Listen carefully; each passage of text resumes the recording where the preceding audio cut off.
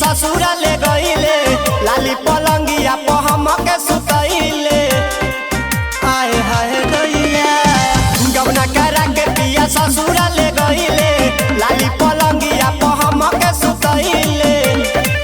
मजा मारी ले ले ओढ़े के रजहिया रजहिया रजहिया कमरिया दुखाता आहिर दैया कमरिया दुखाता आहिर दैया कमरिया दुखाता आहिर दैया कमरिया दुखाता।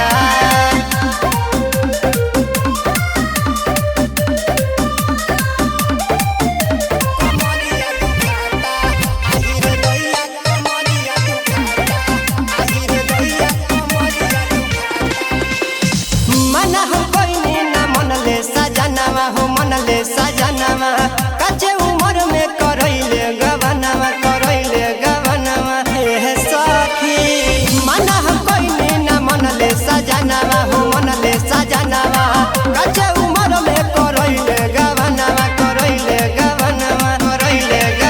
हमर पकड़े ले कस के कलहिया कलहिया कलहिया कमरिया दुखाता आहिर दैया कमरिया दुखाता आहिर दैया कमरिया दुखाता आहिर दैया कमरिया दुखाता।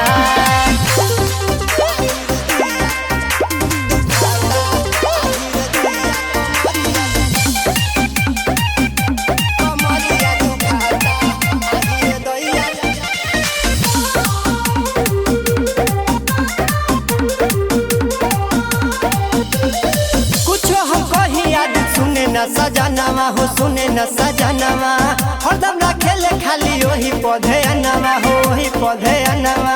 सही में कुछ कही जितेंद्र सुने न सजनवा हो सुने न सजनवा हरदम रखेले खाली ढोड़ी पौधे अनवा हो ढोड़ी पौधे अनवा ढोड़ी पौधे अनवा। सब चाटी गईले कलू रस मलैया मलैया मलैया कमरिया दुखाता आहिर दैया कमरिया दुखाता आहिर दैया कमरिया दुखाता।